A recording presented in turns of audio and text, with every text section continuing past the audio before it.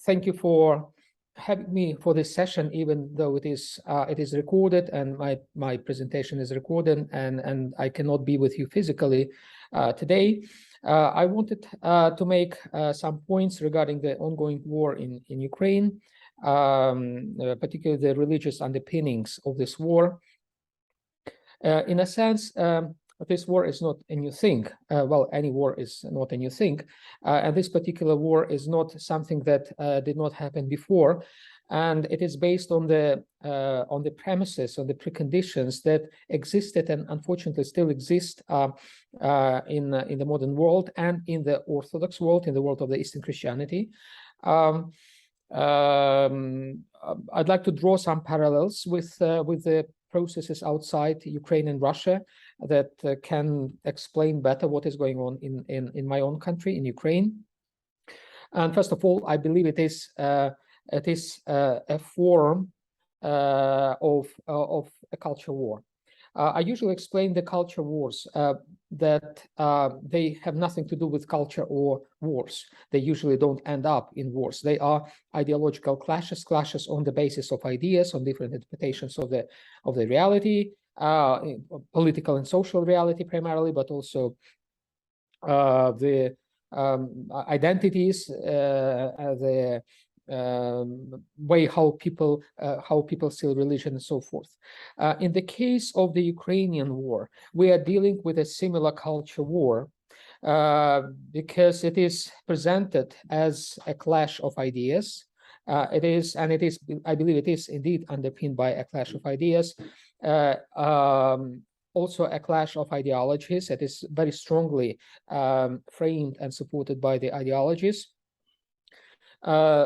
It is not just about territories. It's not just about conquering people. It is not just expanding, the Russian Empire, which it is to an extent, but it's more than that. It is also a clash of ideas and ideologies. Some have presented this war as really a kind of incursion of the conservative approach to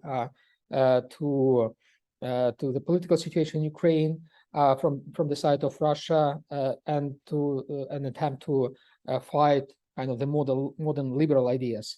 At least the Russian propaganda often presents this war as a way to protect the Russian conservative values against the liberal values of the West. So in this sense, from this perspective, it is really a culture war. The difference of this culture war from other culture wars, including the one that is going on in the United States, is that, in the case of the Ukraine war, it's a real war. Cities get destroyed, people get killed in thousands, and it's really a fully fledged war. Another parallel that I'd like to draw regarding this war is that it has to do with an ideology which can be named as "do something great again." I believe Vladimir Putin pursues an idea of making Russia great again, or making the Soviet Union great again after the defeat, after the failure of the Soviet Union in the Cold War. And also the same formula can be applied with the idea of Byzantium. As we could trace the most important dictatorships in the 20th century, especially in the Eastern Christian milieu, in Eastern Europe or Southern Europe, as trying to revitalize, to essentially to revive Byzantium, to make Byzantium great again.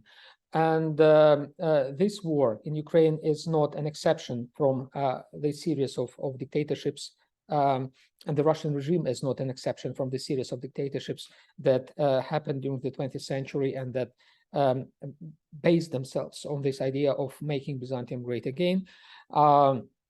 Quite a few people from the Russian establishment, political establishment, and from the Russian church have interpreted this war as and the Russian attempt to to resurface after the assumed defeat in the Cold War as reincarnation of Byzantium. So that's another kind of a parallel that I'd like to draw with the events and the with events outside Russia and outside Europe, even with the events that go on in the United States, for example. We essentially yes, and another parallel that I'd like to stress is populism. I believe this war is inspired by populism on the side of Vladimir Putin. Essentially, he acts as a classical populist. And he has changed his strategy after he was re-elected for the third term in 2012. So I just want to remind that for the first time he was elected in 2000. And then he served 2 terms as a Russian president until 2008. Then he was re-elected in 2012, and he continues running the country. So essentially, during his first terms, he was not so much a populist as he was a sort of container. He presented himself as the one who holds together the Russian people and prevents the Russian people actually from practicing their dissatisfaction, or expressing their dissatisfaction with the defeat in the Cold War. And he tried to contain somehow those destructive powers within the Russian society, and did not allow those powers to explode, to go outside Russia. After he was re-elected in 2012, he actually started acting as a populist, a promoter of these powers, of these destructive powers, and an amplifier of these powers. And this amplification of these destructive powers ended up in this fully fledged aggression in this war, which we witness now. So we are dealing with really a populism, and this populism is really religious, because it is underpinned by some religious, if not ideas, then rhetoric. Putin probably himself is not very much a religious person, but he understands the power of religion in mobilizing masses, in making masses supporting their leader unanimously, whatever he does. And essentially, whatever Putin does, even after he started, this mobilization in Russia with thousands of people gathering and brought to the front lines in Ukraine to be killed, he is still widely supported in Russia. And this kind of support, this kind of mobilization is possible only when people are inspired by the ideas that look like religious. And Putin is essentially using the trust that people have in Russia to the church, to religion, and abuses religion. So we are dealing with a distortion of the tradition of the Eastern Christian tradition, of the Orthodox tradition, which I believe is very similar to the distortion of, for example, Islam, the Islamic traditions, in the name of political extremism. And we are dealing with a similar distortion of Eastern Christianity, I believe, in the case of Russia. And I also believe, therefore, that the way how we should deal with this distortion is not by applying, secular standards to Russia, not by secularizing Russia. I think that would be a very wrong approach. But instead, we should apparently liberate the tradition which has been taken as a hostage from what I call Putinism. Putinism as a set of ideas, as an ideology which actually harvests on and feeds on religion. So essentially, what we need to do is we need to, I believe, to liberate our tradition. I mean, for the Eastern, I speak on behalf of the Eastern Christians, from the engagement, from the distortion of Putinism. And hence is my last point that I wanted to raise. I believe that indeed the complex of those events and currents that I've described have contributed to what can be called a Putinization of the Russian psyche, of the Russian soul, and this soul needs to be liberated from Putinism, essentially. And my point that I insistently promote is that we need a deputinization of the, well, Russian psyche, of the Russian church, and of theology. And this deponization can be done only theologically. We cannot deal with it effectively, efficiently, just by applying secular ideas. This phenomenon, this distortion, needs to be and has to be dealt with only theologically. That's why, well, hence is my call to the theologians to join our efforts, theological efforts, to deal with this evil. I think we can do it, and there are all the instruments, all the means for that. So let's do it. Thank you very much, Father Cyril. That's extremely interesting and very helpful. Because we're doing a recording, and unfortunately you can't be with us live, you don't have the chance to get questions. So I'm going to ask you a question because I get to, so I'm going to.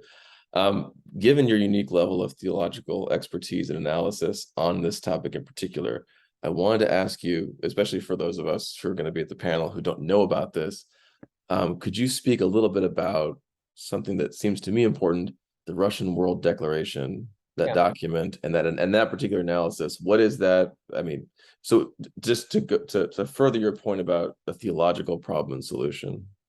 Yeah, thank you for this question. And it is a key somehow. This question is a key to this entire project of deputinization, if you want, because it's not a new thing again, just as Putinism is not a new thing. It's just a reiteration, a new iteration of the old evils. So the deputinization, it's not going to be a new thing either. And it will probably repeat and will go in line with other attempts, similar attempts in the past, like, for example, the Nazification of the German psyche after the World War II. I should not. Well, I assume that everyone knows that the churches had contributed. The German churches had contributed to the rise of Nazism and fascism, and in the same way as the Russian church has contributed to the rise of Putinism.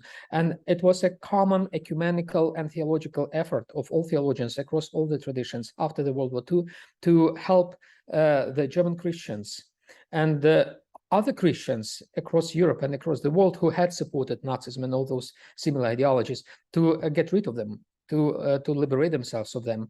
And it's something that we need to do together nowadays as well. We need to join our efforts, and that's exactly what the declaration tries to do. The declaration is built on the basis of the Barmen Declaration, which was a similar text produced during the World War II, exactly to deal with the issue of Deutsche Christen, of the German Christians who had supported the Nazi regime.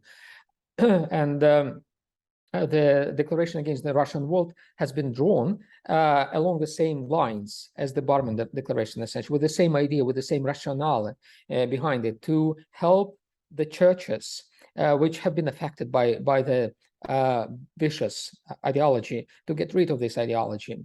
And I think that is the core of the main motif behind this declaration. That's very helpful. So thank you again. We appreciate your time, and hope you enjoy the rest of your day. Thank you so much, Phil. Thank you.